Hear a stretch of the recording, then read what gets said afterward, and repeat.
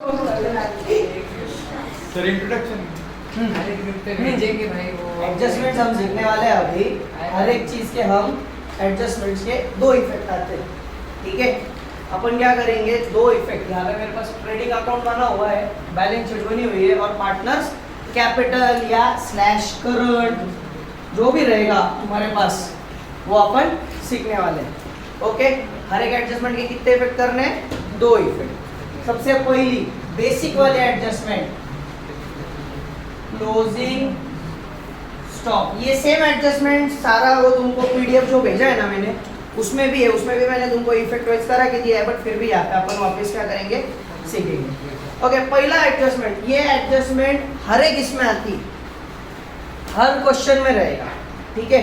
इसमें एक ही वेरिएशन आता है, क्वेश्चन में समझो तुमको सादा direct closing stop loss valued बोल सकते, या क्या देंगे तुमको, बोलेंगे क्लोजिंग स्टॉक का मार्केट प्राइस था 32,000 और कॉस्ट प्राइस था 30,000, ठीक है। क्लोजिंग स्टॉक जब भी ऐसे दो वैल्यूज आएंगे, हमने क्या कंसीडर करना है, व्हिचएवर इज लेस, जिसकी वैल्यू कम है। यहाँ पे वैल्यू किसकी कम है, कॉस्ट प्राइस की, तो हम कौन सी वैल्यू लेंगे, कॉस्ट प्राइस, ठीक है। क्लोजिंग स्टॉक, ये अकाउंटिंग स्टैंडर्ड 2 जो होता है वैल्यूएशन ऑफ इन्वेंटरीज, उसमें का रूल है कि व्हेनेवर कॉस्ट और NRV whichever is less, inventory will be valued at that price, ठीक है। तो यहाँ पे क्या करेंगे, कौन सी प्राइस मिलेगी अपनी, इन दोनों के बीच में व्हिचएवर इज लेस। अब कोई तुम में से एक जन फोटोज निकाल लेना, जैसे मैं पोस्ट करूंगा वहाँ पे वो फोटो निकालने का, जो कैप्शन ऐड आता ना उसमें वो एडजस्टमेंट का टाइटल देने का एंड ग्रुप पे भेज देने का, घर पे जाके तुमको रिमाइंडर के इसमें फॉर्म में इजी रहेगा, ठीक है। क्लियर है, चलो पहले एडजस्टमेंट, क्लोजिंग स्टॉक किधर जाता, फर्स्ट इफेक्ट ट्रेडिंग अकाउंट। जब अपन फाइनल अकाउंट बनाते हैं तो ये लाइन के ऊपर क्या रहता है, ट्रेडिंग अकाउंट, लाइन के नीचे क्या रहता है, P&L अकाउंट। अभी तक लिखा नहीं मैंने, ऐसा दोनों एकदम पैर से कैमरा फेंक के मार रहे हैं, 2 मिनट रुक जरा। तो ट्रेडिंग अकाउंट के क्रेडिट साइड में नीचे लिख देने का बाय क्लोजिंग स्टॉक, ये हो गया तुम्हारा फर्स्ट इफेक्ट। सेकंड इफेक्ट किधर जाएगा तुम्हारा, बैलेंस शीट के एसेट साइड में, ये तुम्हारी लायबिलिटी साइड, ये तुम्हारी एसेट साइड, ठीक है। एसेट साइड में किधर क्या लिखोगे, स्टॉक इन ट्रेडिंग, इफेक्ट जाएगा तुम्हारा सेकेंड इफेक्ट। हर एडजस्टमेंट के कितने इफेक्ट देने अपने को, दो। पहला किधर जाएगा क्लोजिंग स्टॉक का, ट्रेडिंग अकाउंट के क्रेडिट साइड में, दूसरा किधर जाएगा, बैलेंस शीट के एसेट साइड में। लक्ष दे बाबा, हिंदी मध्ये ओके ना, मराठी घेऊ तुला, ओके आहे ना, इथं कोणाला हिंदी मध्ये प्रॉब्लेम आहे का, असेल तर सांगा, मी ट्रान्सलेशन घेत राहील पण तरी सांगा जाजू, हाँ ठीक है। फोटो निकाल के भेज दो इसका, एक आध जन भेजो कोई, तो भी एक डिसाइड करके रखो, कैप्शन के साथ भेजना। साला एक एडजस्टमेंट के 4-4 फोटो आएंगे।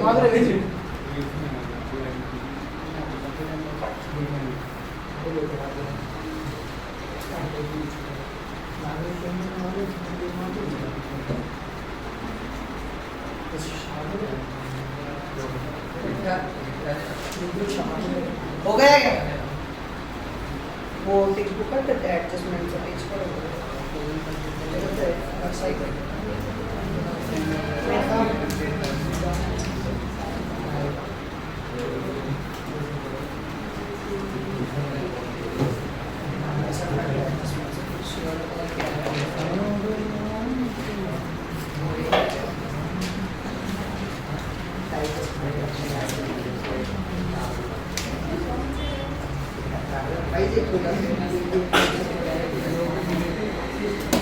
ठीक आहे। दुसरी ऍडजस्टमेंट जी बऱ्याच वेळा येत असते, ओके।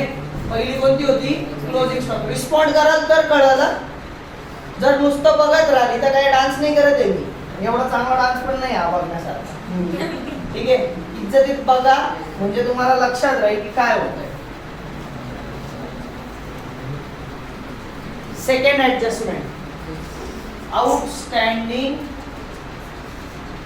एक्सपेन्सेस. आता हे जे आउटस्टँडिंग एक्सपेन्स आहे ना, हे ट्रेडिंग मध्ये सुद्धा येऊ शकता किंवा P&L मध्ये. बरोबर. फॉर एक्झाम्पल ट्रेडिंगचं एक्झाम्पल काय घेऊ आपण, वेजेस वगैरे जर आलं तर ते कशात येतं, ट्रेडिंग मध्ये. आउटस्टँडिंग सॅलरीज आलं किंवा रेंट आलं तर ते कशात येत असतं, P&L मध्ये. एक्सपेन्सेस तुमचे दोन ठिकाणी येतात, एक तर कुठे येतात ट्रेडिंग मध्ये किंवा P&L मध्ये, दोन्ही ठिकाणी कुठे येऊ शकतं. फर्स्ट इफेक्ट, समजा आपण सॅलरी कन्सिडर करू. बरोबर. इथं लिहितो मी एक्सपेन्सेस. काय करणार आपण, ऍड आउटस्टँडिंग. जी पण व्हॅल्यू आहे ती इनर कॉलम मध्ये, समजा दोन कॉलम केलेले ना आपण, लेट से XYZ PQR, आउटर कॉलमला, ठीक आहे, जी पण व्हॅल्यू आलेली असेल ती सगळी कुठं मारायची, इनर कॉलम मध्ये, आणि लाईन करून टॅली मार्क देऊन आउटर कॉलमला कोणती अमाऊंट द्यायची, नेट अमाऊंट. हा काय झाला तुमचा फर्स्ट इफेक्ट. सेम तुम्ही कुठे करू शकता, ट्रेडिंग. जर ट्रेडिंगचा खर्च आला तर ट्रेडिंगला करायचा, P&L चा खर्च आला तर P&L ला करायचा. ओके, हा झाला फर्स्ट इफेक्ट. आता कॉमन सेन्स वापरा. एखादा खर्च द्यायचा बाकी, देना बाकी आहे, माझ्यासाठी काय झालं ते, लायबिलिटी. सिंपल कॉमन सेन्स काय झाली माझ्यासाठी, लायबिलिटी. देण्यात आली कधी ना कधी. आता पगार द्यायचा आहे मला, माझ्याकडे एखादा गडी काम करतोय, माझ्याकडे एखादा लेबर काम करतोय, मला त्याला काय करायचंय, पगार द्यायचा आहे, त्याला पे करायचं आहे मला. आता माझ्याकडे पैसे नाहीये, मी एका महिन्यानंतर त्याला देणार आहे, पण कधी ना कधी तर त्याला द्यायचे. बराबर. पैसा देना है मतलब मेरी क्या बन गई है, लायबिलिटी. ठीक है, तो आवाज कम कर बे, वो शुक्र.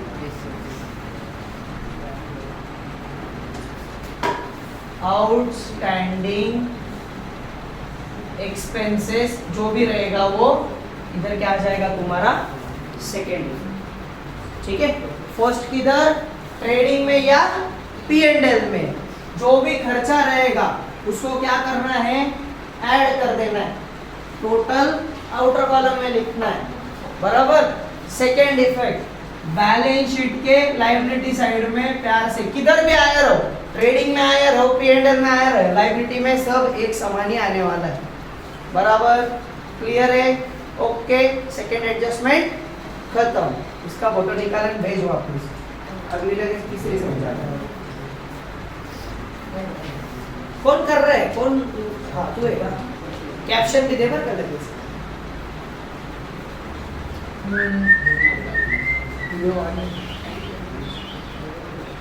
तुमचं काय प्रीपेड हो गया. अभी तीसरा, पहला मैंने जो एक्सप्लेन किया था वो था आउटस्टैंडिंग. अभी क्या कर रहे हैं अपन, प्रीपेड. ठीक है. चालू आहे आवाज तुमचा तिकडे येतो याने.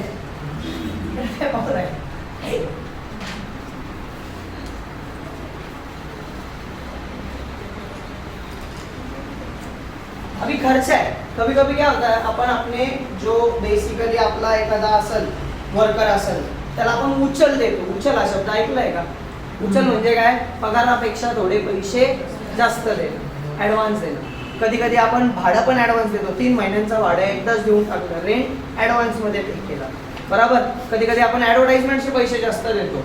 अशा वेळेस काय म्हणतात, प्रीपेड एक्सपेन्सेस.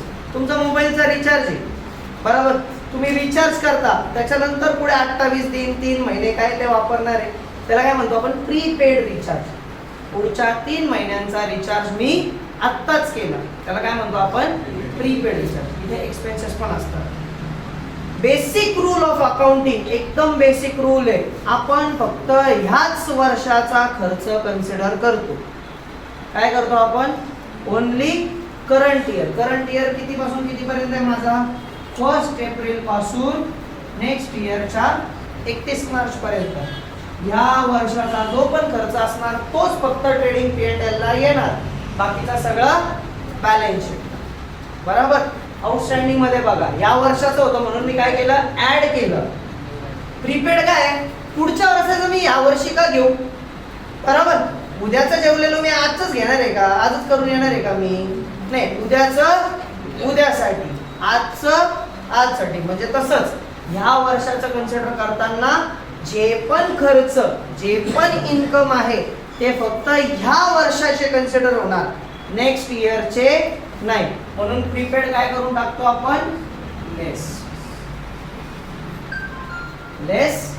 प्रीपेड. ही पहिली गोष्ट झाली, फर्स्ट इफेक्ट आला.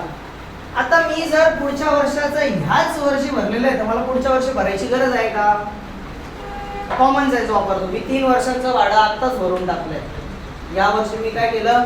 3 वर्षाचा रेंट देऊन आलोय. पुढचे 2 वर्ष मला अजून रेंट द्यायची गरज आहे का? जर द्यायची गरज नाही म्हणजे माझी काय झाली ती एसेट. बराबर, मेरा फायदा हो रहा ना. मेरे को अगले 2 साल रेंट देने की जरूरत है क्या इधर? नहीं. तो वो क्या बन गई है मेरी एसेट. मग काय होऊन जातं ते बॅलन्स शीटच्या एसेट साइडला प्रीपेड एक्सपेन्सेस. इकडे आला तुमचा सेकंड. ठीक आहे, क्लिअर आहे. आउटस्टँडिंग कुठे येणार? लायबिलिटीला. प्रीपेड कुठे येणार? एसेटला. आउटस्टँडिंग आपण काय करतो? ऍड. प्रीपेड काय करतो? लेस. अपोजिट आहे.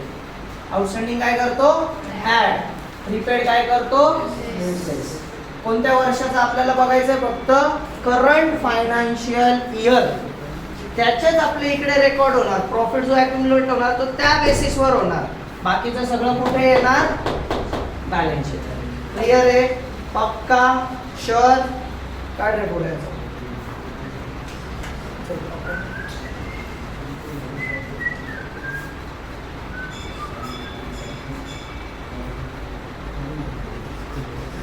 त्याच्यावर फोकस करून काढ म्हणजे ते क्लिअर आहे. ठीक है, अगला. अभी ये हो गया एक्सपेन्सेस. दुसरं काय असतं रे मामा आपल्याकडे? एक्सपेन्स अपोजिट काय? इन्कम. बराबर. माझी जी पण इन्कम असते ती कोणत्या साइडला लिहित असतो मी? क्रेडिट साइडला. ये साइड मेरा क्या है? फायदा. ये साइड मेरा नुकसान. बराबर. या साइडला मी काय लिहितो? सगळा फायदा लिहितो. मला आलेले पैसे, मी माल विकला म्हणून बाय सेल्स दिला. बराबर. जे पण पैसे येत आहेत ते ट्रेडिंग अकाउंटला किंवा P&L अकाउंटला मी कुठे लिहितो? क्रेडिट साइडला लिहितो. बराबर. तो एखादी इन्कम आली, इथं आली किंवा इथं आली, परत पडत नाही. समजा एखादी इन्कम आली, ठीक आहे, लिहिलं. आता ह्याच्यात पण 2 विषय येणार. पहिला काय येणार? आउटस्टँडिंग. ठीक है, आउटस्टँडिंग क्या करने का? ऐड करने का कि लेस करने का? ऐड. कोणतं बी आउटस्टँडिंग असो, इन्कम असो किंवा एक्सपेन्सेस असो, आपण काय करणार? आउटस्टँडिंग ऍड करणार. ठीक आहे. आता मला सांगा, मला हे पैसे यायचे होते. बराबर. बँकेतून मला व्याज यायचा आहे, अजून आलेला नाहीये, पण कधी ना कधी येणार आहे. जर मला कधी ना कधी भविष्यात भेटणार आहे, ती माझी काय झाली? एसेट. सेंस लगाने का? आज नहीं मिला है बट कभी ना कभी मेरे को पैसा आने वाला है, तो क्या बन गई मेरी ये? एसेट. म्हणून मग मी प्रेमाने काय लिहिणार इकडे? Outstanding income. ठीक आहे. P&L मध्ये बनला माझा पहिला इफेक्ट. दुसरा कुठे आला? बॅलन्स शीटच्या ऍसेट्स. डोकं वापरायचं, सोपं काम आहे, काहीच नाही. मग आता जर बघायला गेलो आपण तर ऍसेट साइडला काय येतंय? Prepaid expenses, outstanding income. Prepaid expenses आणि आउटस्टँडिंग इन्कम. मग लायबिलिटीला काय येणार रे? आउटस्टँडिंग एक्सपेन्सेस आणि प्री रिसीव्ड. म्हणजे मला एखादी इन्कम आहे जी मला जास्त मिळाली, ती काय करावी लागणार? मला लेस करावी लागणार. आउटस्टँडिंग काय करतो आपण? ऍड. प्रीपेड किंवा प्री रिसीव्ड आपण काय करतो? लेस. म्हणजे एखादी इन्कम आलेली आहे, let's say income less pre receive. इथे प्रीपेड नका लिहू बरं का, गाडवांवर इन्कम पे करत नाही आपण, इन्कम येत असते म्हणून प्री रिसिव्ह. काय केलं मी, लेस. बरोबर, आउटस्टँडिंग असेल तर काय केलं मी, ही गोष्ट डोक्यात फिट करून घ्या. आउटस्टँडिंग असेल तर ऍड, प्रीपेड किंवा प्री रिसिव्ड असेल तर लेस. इथे येणार पहिला इफेक्ट, इथे येणार दुसरा इफेक्ट. फोटो काढताना हे टाका, प्री रिसिव्ड इन्कम म्हणून टाका. पाणी बॉटल दे बॅग, पाणी बॉटल. हे बघ बॅग इथे, इथं. अरे इथं आहे का,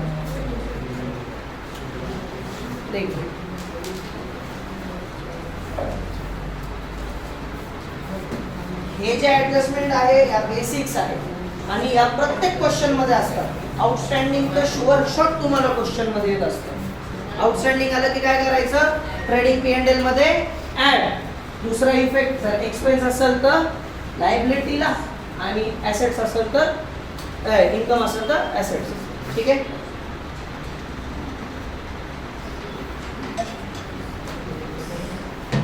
कळतंय का रे बात?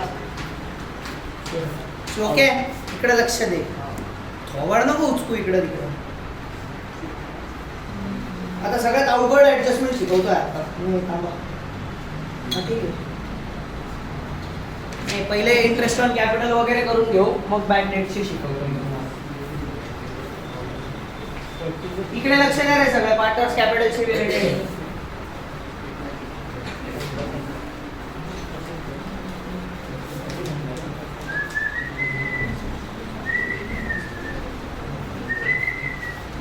क्वेश्चन मध्ये आलेलं आहे तुम्हाला, पियुष इकडे लक्ष दे.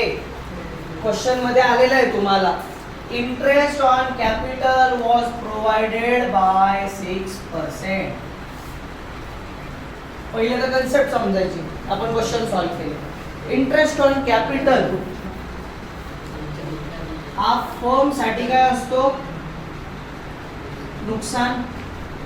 बरोबर, पण पार्टनर साठी काय असतो रे, फायदा. लोक काय वापरायचं, पार्टनर साठी काय ते फायदा, पण फर्म साठी काय नुकसान. सोप्या भाषेत जर गेलो, मी फर्मला 10 लाख रुपये ऍज अ कॅपिटल म्हणून दिला. ते जर पैसे मी दुसरीकडे कुठेतरी इन्व्हेस्ट केले असते तर मला काय मिळालं असतं, व्याज मिळालं असतं. साधा मी बँकेत जरी भरला असता तरी मला काय मिळालं असता, व्याज मिळाला असता, मला इंटरेस्ट मिळाला असता. बरोबर.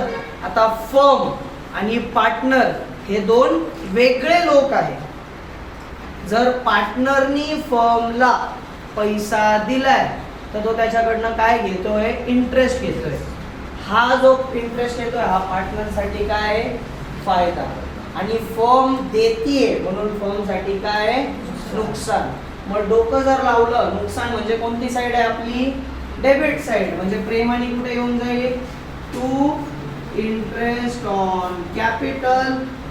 पार्टनरचे नाव लिहून टाकायचे, partner A, partner B, inner column मध्ये करून इकडे टोटल बाहेर लिहून टाकायचे. फर्म साठी काय, नुकसान. आता हेच पार्टनर साठी काय झालं, फायदा. इथे तुमचा पार्टनर्स कॅपिटल ओपन झालाय, बाय बॅलन्स ब्रॉट डाऊन, जे काही असेल ते. बरोबर.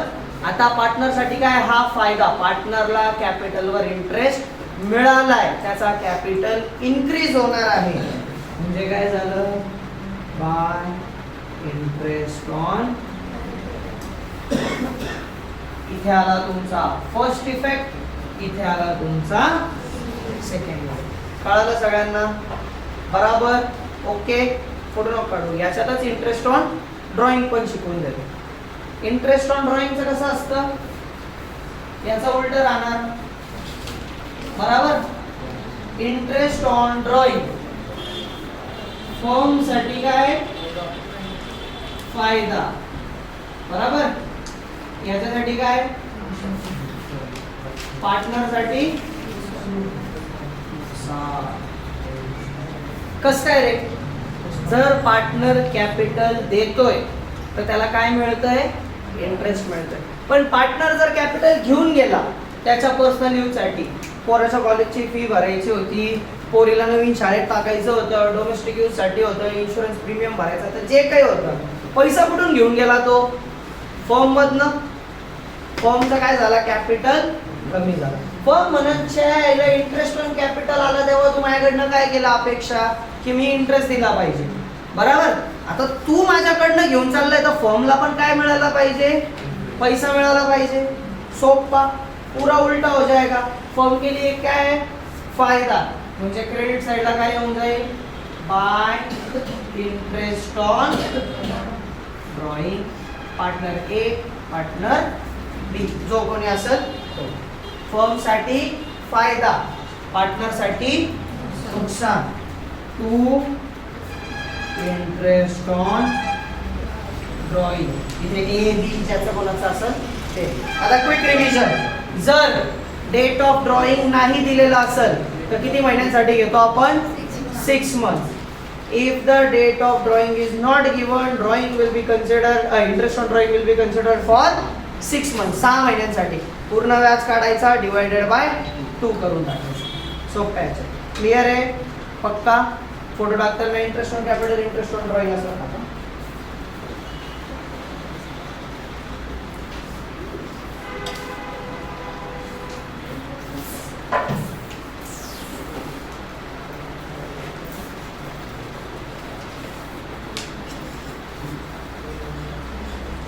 ठीक है नेक्स्ट. इधर ध्यान दो पियुष मी तुमच्यासाठीच पहिले पार्टनरशिप उरकून घेतोय म्हणजे तुम्ही निघायला मोकळे तुमचे. तू आज थोडा एक्स्ट्रा दाबू शकतो का हो तू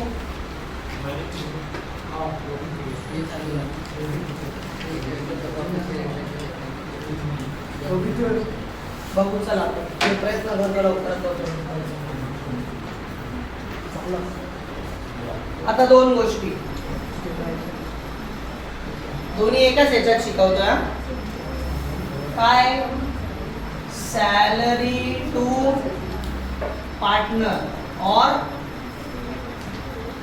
कमिशन टू पार्टनर. आता डोकं लावायचं पार्टनरला सॅलरी मिळतीये पार्टनरचा काय झाला रे बरोबर. आणि कोण देतंय सॅलरी फॉर्म देतीये म्हणजे फॉर्मचा काय झाला फॉर्मचे पैसे कमी होत आहे ना. फॉर्मचा काय झाला नुकसान. नुकसान आलं म्हणजे कोणत्या साईडला डेबिट साईडला.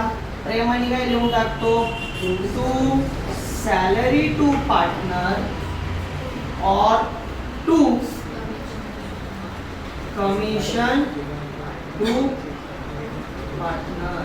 इथे येईल तुमचा पहिला इफेक्ट. सेकंड इफेक्ट कुठे येणार मामा पार्टनर साठी काय हा फायदा आहे म्हणजे पार्टनर्स कॅपिटलच्या क्रेडिट साइडला बाय सॅलरी बाय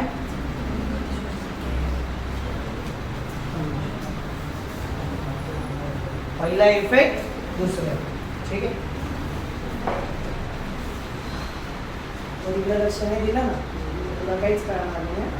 आत्ताच सांगतोय मी तुला तिच्याबरोबर गप्पे मार काय करायचं ते कर प्रॉब्लेम नाही. तिचा पण टॅली वगैरे करतीये ती फायनल अकाउंट येत नाही तिला ती टॅली करतीये तो वेगळाच विषय आहे ना पण जाऊ दे.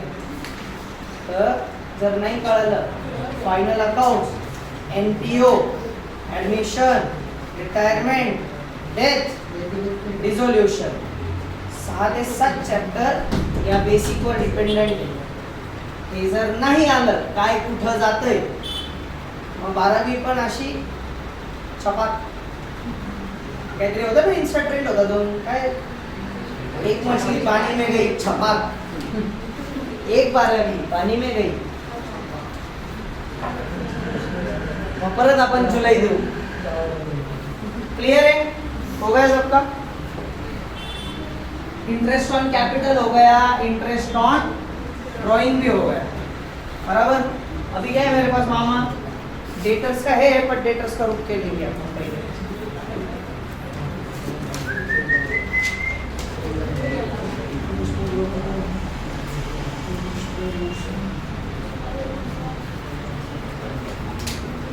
इकडे लक्ष द्या. बऱ्याच वेळा ही अशी ऍडजस्टमेंट येत असती काय goods taken for personal use. हा वर्ड काय रे? पर्सनल. जेव्हा केव्हा पर्सनल येतं तेव्हा आपण प्रेमाने त्याला काय म्हणतो? ड्रॉइंग. बरोबर. आता ड्रॉइंग मध्ये काय होतंय तर पार्टनर पैसा घेऊन जातोय, त्याचा फायदा नाही. या सिच्युएशन मध्ये त्याचा फायदा नाही. त्याने खिशात आणले होते 10 लाख रुपये, त्याला पैशांची गरज पडली 10,000, त्याचेच पैसे घेऊन तो चाललाय. बरोबर. जर त्याचे पैसे घेऊन चाललाय तर फॉर्मला त्याच्याशी काही घेणं आहे का? नाही. ठीक आहे. 10,000चा माल घेऊन चाललाय तो. Goods taken for personal use. First effect trading अकाउंटच्या क्रेडिट साइडला by goods taken for personal. जर एवढा आठवायला डोक्याला मुंग्या येत असेल तर प्रेमाने लिहून टाका काय? Bye drawing.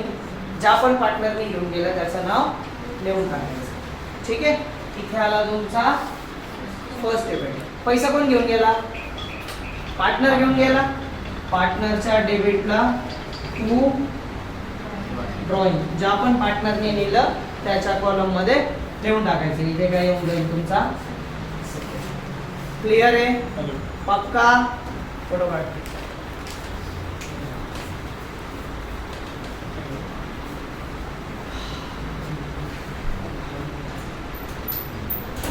एसी बसवा.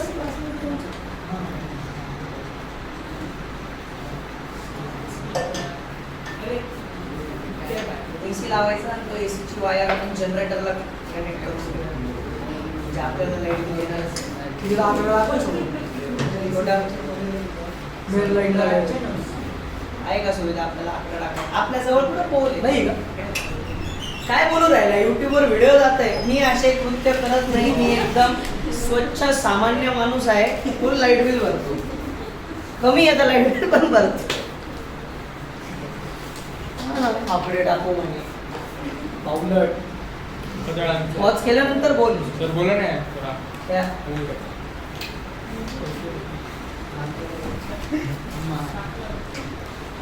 ये लोग का उसमें से एखादा क्लिप निकाल के केस कर देगा. कृष्णा सर ने ऐसे ऐसे बोला. मतलब पब्लिसिटी होगी. मेरा तो उल्टा ऐसा है की any publicity is a good publicity. Simple logic हेच वापरायचं. लोकांची असते शॉर्ट टर्म मेमरी. लोक विसरून जातात. बरोबर आहे नाही? चर्चेचा विषय तर होईल बिना कामाचा पण नको. ठीक आहे. आता काय पहिला आपण घेतला goods taken for personal use. आता मस्त वाला आहे इन्शुरन्सचा आहे. इकडे लक्ष द्या. केस समजवतोय. पहिले केस समजा. पहिला बेसिक वाला करू आपण. Goods destroyed by fire. आग लागली आणि आग लागून 5,000चा माल काय झाला? डिस्ट्रॉय झाला. नुकसान झालं. बराबर. क्या हो गया मेरा? नुकसान हो गया. इधर नुकसान हो गया तो प्रेम से ट्रेडिंग अकाउंट के क्रेडिट साइड में by goods destroyed by fire. बराबर. 11वीं के स्टार्ट में मैंने बोला था 4 ही केसेस आते जिसमें परचेसेस क्या होता है? क्रेडिट में जाता है. बराबर. मतलब एक तो परचेसेस में से माइनस करेंगे, नहीं तो ट्रेडिंग के क्रेडिट में दिया तो भी सेम इफेक्ट है. मतलब ये साइड में क्या क्या आता तुम्हारा 11वीं में मैंने सिखाया था. Goods destroyed by fire, goods taken for personal use, goods lost by theft. बराबर. And goods distributed as a free sample. 4 चीजें ट्रेडिंग की किधर आ जाती तुम्हारी? क्रेडिट में आ जाती. पहला इफेक्ट सबसे सोपा. बराबर. अब आग लगी है, धुआं उठा है और क्या हुआ है? अपना नुकसान हुआ है. नुकसान हुआ है तो मेरा क्या हो गया? लॉस हो गया. नुकसान कौन से साइड में लिखता मैं? बराबर. नावच काय? Profit and loss. तर लॉस कुठे येणार? एक मोटर बंद करेन ना इथे. To loss by fire. सोपं आहे. कळलं इथपर्यंत? पक्का? शुअर शॉट कळालं? आता थोडा ट्विस्ट आहे. माल डिस्ट्रॉय झाला 5,000चा, पण इन्शुरन्स कंपनीने मला पैसे दिले 3,000. बरोबर, क्लेम मंजूर केलेला आहे. इन्शुरन्स कंपनी काय म्हटली, जाऊ दे 5,000चं झालंय पण आम्ही 3,000 रुपये तुम्हाला काय करू, वापिस करू. आता डोकं लावा, माल गेले 5,000चं, पैसे आले 3,000, म्हणजे नुकसान कितीचा झाला माझा, फक्त 2,000चा. मग मी लॉस बाय फायर किती लिहिलंय इथे, 2,000. माल गेला कितीचा, पण ते नियम आहे ना, 11वीला आपण शिकलो होतो. काय नियम होता, every debit should have equal credit. Credit आ रहा 5,000 का, डेबिट आ रहा सिर्फ 2,000 का, चलेगा क्या, नहीं. तो बचा हुआ 3,000 है, वो किधर आ जाएगा, एसेट साइड में, इंश्योरेंस क्लेम. ठीक है, इधर आएगा 1, इधर आएगा 2, और ये वाले केस में इधर आ जाएगा. क्लियर है, फोटो निकाल. नहीं समझा तो वापस पूछो, जिसको भी नहीं समझा है ये केस वापस पूछो, वापस एक्सप्लेन करता हूँ.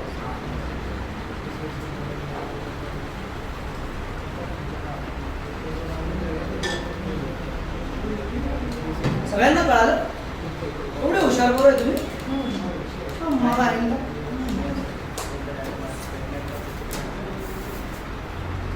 देख लो वापस, चिंतन करो.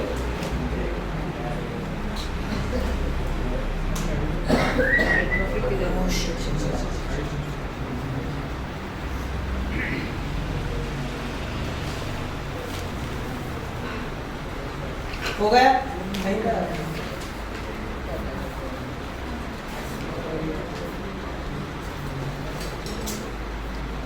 ए 5:58 झाले, तुम्ही जायचं नाही.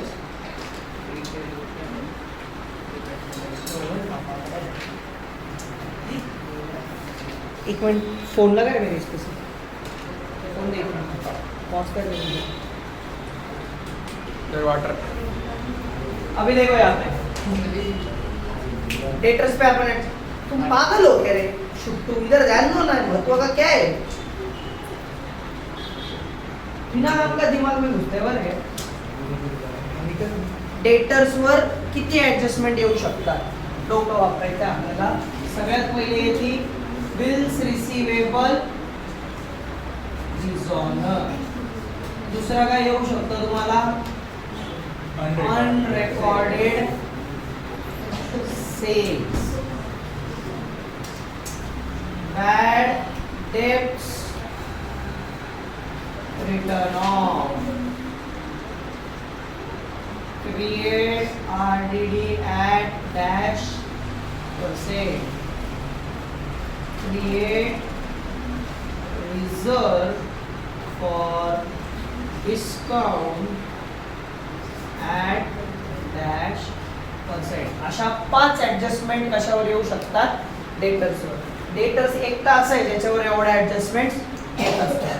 ठीक आहे, हे दोन तर येतच असतात, 1 and 2, म्हणजे हे दोन आहे ना, बॅड डेट्स आणि आरडीडी, बेसिक ऍडजस्टमेंट आहे, काहीच नाही. पण एखाद्या क्वेश्चन मध्ये तुम्हाला बिल्स रिसिवेबल डिसऑनर येऊ शकतं किंवा अनरेकॉर्डेड सेल्स येऊ शकतं. बरोबर, अशा सिच्युएशन मध्ये काय करायचं. सी, डेटर्स मध्ये सिक्वेन्स ही फार महत्वाची, सिक्वेन्स ही डिस्टर्ब झाली नाही पाहिजे, म्हणून एक एक ऍडजस्टमेंट करू आपण. पहिली काय करू, बिल्स रिसिवेबल डिसऑनर. ठीक आहे,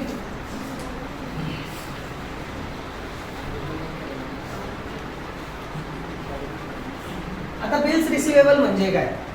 bill of exchange is a document, ठीक आहे, रिटर्न प्रूफ आहे, which is negotiable instrument. Negotiable instrument म्हणजे काय, चेक माहिती का तुम्हाला, चेक बेरर चेक कसा असतो, माझ्याकडे चेक आला मी कोणाला दुसऱ्याला देऊ शकतो. बरोबर, गरजेचं नाही मला कॅशच द्यावी लागेल, मी काय करू शकतो, मी चेक पण देऊ शकतो. फोन उचल आणि सांग लेक्चर चालू. काय करू शकतो, मी चेक पण देऊ शकतो. तसंच बिल ऑफ एक्सचेंज असतं. बिल ऑफ एक्सचेंज मध्ये बेसिकली काय असतं, इट इज ट्रान्सफरेबल. बरोबर, मी बँकला पण ते विकू शकतो. आपल्याला चॅप्टर आहे पूर्ण बिल ऑफ एक्सचेंज, आपल्याला तेव्हा ते कव्हर करायचं आहे. तर तो डिसऑनर झाला. डिसऑनर झाला म्हणजे काय झालं, मला कोणाकडून तरी पैसे यायचे होते, त्यांनी मला आत्ता नाही दिले, म्हणजे ते बॅड डेट झाले का, नाही. कधी ना कधी मला ते परत भेटणार आहे. बॅड डेट्स कधी असतो, डायरेक्ट बुडीत खातं, मला पैसा येणारच नाही, अशाला काय म्हणतो आपण, बॅड डेट्स. बरोबर, पण हे तसं नाही. त्यांनी आता नाही दिले पण तो पुढे जाऊन मला देणार आहे. पहिली adjustment bills receivable dishonour. Bills receivable मधून काय करायचं, लेस करायचं, लेस डिसऑनर. बरोबर, ठीक आहे. डेटर्स मध्ये काय करतो आपण, ऍड बिल्स रिसिवेबल डिसऑनर. काय करणार आपण, दोन इफेक्ट ऍसेट मध्ये जात आहे. ऍसेट साइडला काही फरक पडणार आहे का, एकातून आपण काय केलं लेस, दुसऱ्यात काय केलं आपण ऍड. ठीक आहे. आता काय करू आपण, ह्यांना टॅग देतो 1 2 3 4 5 आणि इथे देताना आपण तसंच द्यायचो. हे फर्स्टचे दोन इफेक्ट. ठीक आहे, म्हणजे तुम्हाला लक्षात आहे. पुढची केस काय होतंय, अनरेकॉर्डेड सेल्स. माल विकला पण लिहायचं राहिलं, बुक्स ऑफ अकाउंट्स मध्ये रेकॉर्ड करायचं राहिलं, मी रेकॉर्ड केला नाही. माल विकलाय म्हणजे माझ्या दुकानात आहे का रे ते माल, म्हणजे क्लोजिंग स्टॉक मध्ये तर ते मोजलं गेलं नाही. बरोबर, माल रेकॉर्ड केलाच नाही मी तो.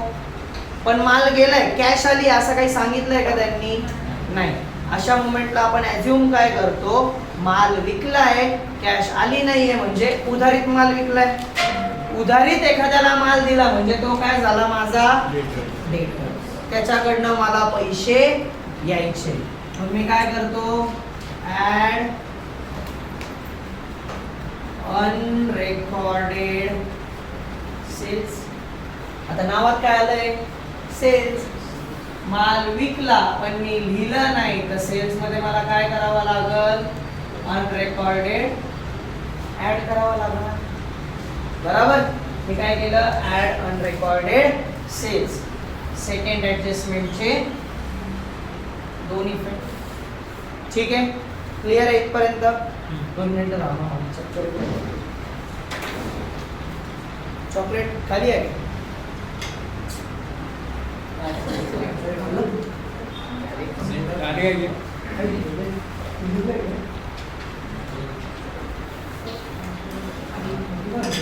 लाईट लगा, लाईट लगा.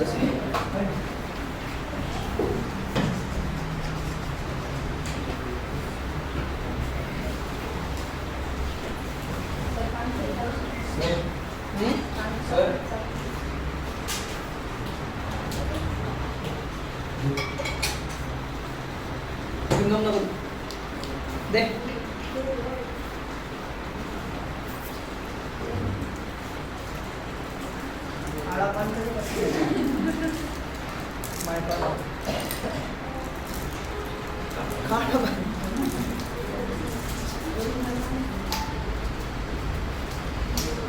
तो एक पान पसंत येत होता तशी रावळगावचा भारी लागायचा.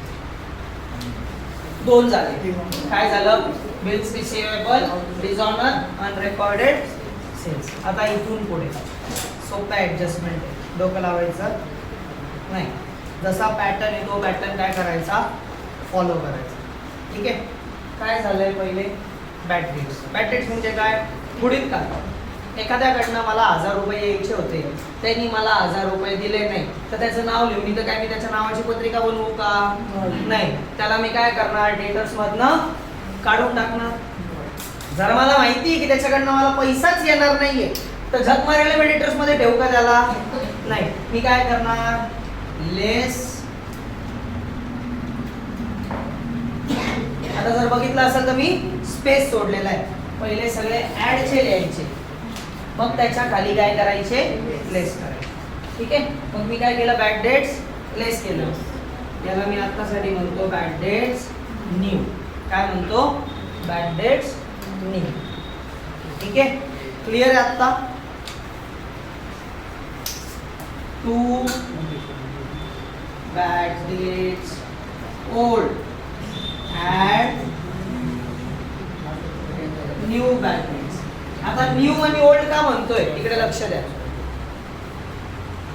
जेव्हा ट्रायल बॅलन्स मध्ये बॅड डेट येतं, क्वेश्चन मध्ये, ऍडजस्टमेंट मध्ये नाही, जो काय टेबल वगैरे तुम्ही 11वीत बघितला असेल, टेबल मध्ये जेव्हा ट्रायल बॅलन्स मध्ये बॅड डेट्स येतात त्याला म्हणतो आपण ओल्ड.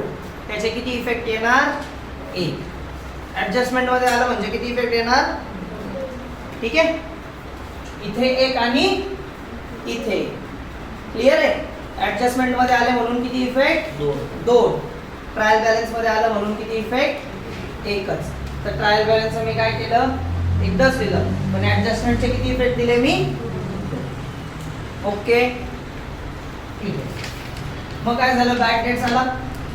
मग आपण दुसरा आयटम काय मायनस केला? परत मी दिलेला आहे स्पेस, एक लाईन सोडून दिली. लेस RDD ऍट जे पण पर्सेंटेज सांगल ते पर्सेंटेज, ते कोणत्या व्हॅल्यूचे घ्यायचे? या व्हॅल्यूचे. ओके, क्लिअर आहे.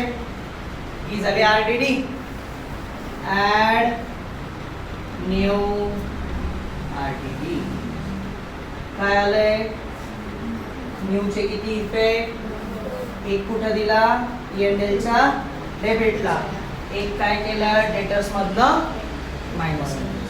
क्लिअर आहे. लास्ट आयटम काय सांगितलंय? Reserve for discount. याचा अर्थ काय ते समजवतो पहिले. ठीक आहे, आता मी शिकवतोय. जेव्हा क्वेश्चन येणार, जर याच्या रिलेटेड मला कोणी डाऊट विचारलं तर थोबाडात मारणार मी, कारण बोर्डवर लक्ष नाही. ओके, समझदार को इशारा. रिझर्व फॉर डिस्काउंट म्हणजे काय असतं? एखादा कस्टमर आहे, आपण कस्टमर्सला काय प्रोव्हाइड करतो? डिस्काउंट देतो, बरोबर. तर दुकानदार काय असतात? दुकानदारांनी डोकं लावलं, जो म्हटला की दरवर्षी मला एवढ्या प्रमाणात डिस्काउंट द्यायचं आहे, तो आधीच काय करतो? त्याची प्रोव्हिजन क्रिएट करतो. प्रोव्हिजन करतो किंवा रिझर्व क्रिएट करतो. म्हणजे हा खर्च मला पुढे लागणार आहे, पण तो मी काय करतो? आत्ताच करून ठेवतो, बरोबर. त्याला म्हणतो रिझर्व. हा रिझर्व जो असतो हा डेटर्सवर पण असतो आणि क्रेडिटर्सवर पण असतो. डेटर्सवर असतो म्हणजे आपल्याला द्यावा लागणार, क्रेडिटर्सवर असतो म्हणजे आपल्याला भेटणार. क्लिअर आहे. सोपा इफेक्ट. याच्यातनं काय करायचं?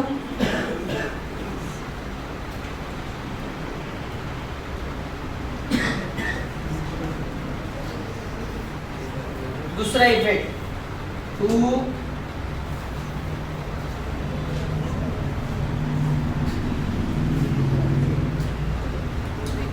ओके.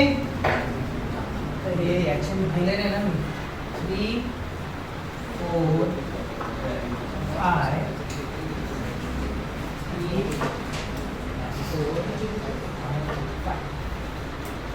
आता फक्त राहिला काय? तर ट्रायल बॅलन्स मध्ये जी ओल्ड RDD असते ती आपण काय करतो? लेस करतो. लेस ओल्ड RDD ची पण नेट अमाऊंट येणार ते आपण आउटर कॉलमला लिहिणार. डेटर्स मध्ये सिक्वेन्सची गडबड करायची नाही. पहिले सगळे ऍडचे, मग मायनस काय होणार? टॅग डेट. मग काय होणार? मग काय होणार? डिस्काउंट. ठीक आहे. सिक्वेन्स गडबडली, सगळं आन्सर तुम्ही पण सगळं बरोबर केलेलं आहे, पण ही सिक्वेन्स चुकली तर तुमचा आन्सर चुकला. ठीक है, क्लियर है. पैटर्न ध्यान में आना चाहिए. डेटर्स पे सबसे बड़ी एडजस्टमेंट होती है. ओके, क्लियर है. पक्का काढ्याचा फोटो टाकतो. बघून द्या मला कोणते कोणते बाकी आहे.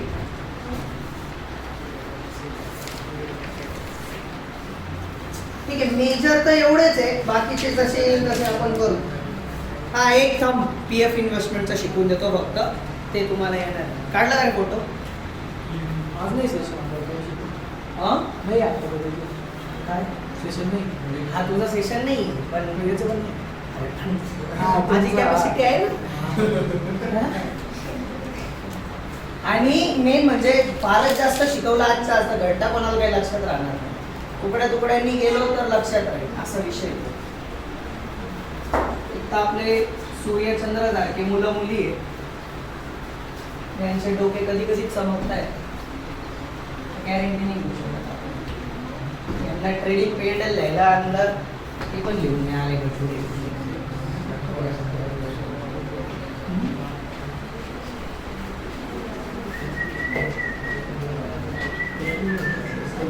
हे बघा, क्वेश्चन मध्ये 4 गोष्टी येऊ शकतात तुम्हाला.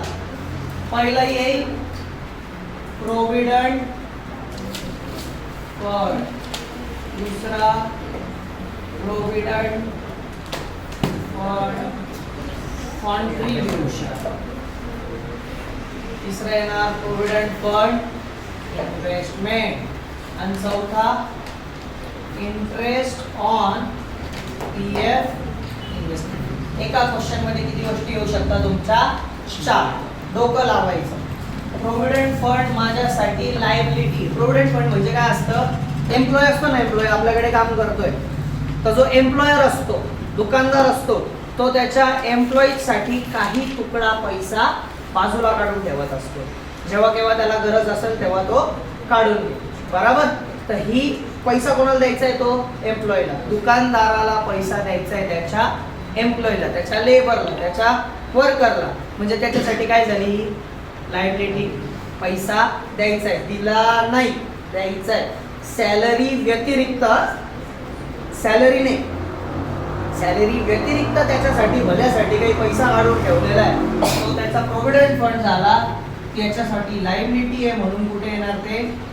लायबिलिटी मध्ये प्रोव्हिडंट फंड, बरोबर? प्रोव्हिडंट फंड कॉन्ट्रीब्युशन, पैसा देतोय माझ्यासाठी, नुकसान आहे फर्मसाठी, तो येणार कुठे? P&Lच्या डेबिटचा. जो प्रोव्हिडंट फंड बाजूला काढून ठेवलाय तो तसाच ठेवण्यापेक्षा तो कुठेतरी मी काय केला? इन्व्हेस्ट केला. इन्व्हेस्ट केला म्हणजे माझ्यासाठी ती काय झाली? ॲसेट झाली. प्रोव्हिडंट फंड इन्व्हेस्टमेंट ॲसेट झाली, तर मला त्याच्यावर काय मिळाला? इंटरेस्ट, फायदा झाला. दिस इज अ ट्रिकी वन. माणूस काय विचार करतो? इन्व्हेस्टमेंट मधनं इंटरेस्ट मिळाला, फायदा झाला, तर मी कुठे लिहिणार? बरोबर, पण तिथे लिहायचं नाही. दुसरा काय विचार करणार की इन्व्हेस्टमेंट मध्ये झालाय, तर मग इन्व्हेस्टमेंट मध्येच आपण इंटरेस्ट काय करून टाकू? ऍड करू. तसं करायचं नाही. जो पण इन्व्हेस्टमेंट वर इंटरेस्ट येत असतो तो कशात ऍड करतो आपण? प्रोव्हिडंट फंड मध्ये. Interest on PF investment. ठीक आहे. लॉजिक काय आहे? तर प्रोव्हिडंट फंड हा एम्प्लॉईचा आहे, त्याच्यावर आलेला पैसा ह्या माणसानी का वापरावा? त्यांचं काय वाढलं पाहिजे? प्रोव्हिडंट फंड इन्क्रीज झाला पाहिजे ना, म्हणून तो कुठे ऍड करून टाकतो आपण? ठीक आहे. 4च गोष्टी आज जास्त नाही करणार आपण, बाकीचे राहिलेले आपण उद्या बघू. पण आज जेवढं झालंय, आय एक्सपेक्ट की घरी तुम्ही ऍटलीस्ट ते रिवाइज करा. ठीक है, क्लियर है? कंट्रीब्यूशन निकालो बाबा इधर, वो हर सैलरी से निकालते नहीं क्या? पीएफ कटा दे बोलते हैं. हाँ, तो वो पीएफ कटा तो उसके लिए खर्चा है ना, एक्सपेंस है. ठीक है.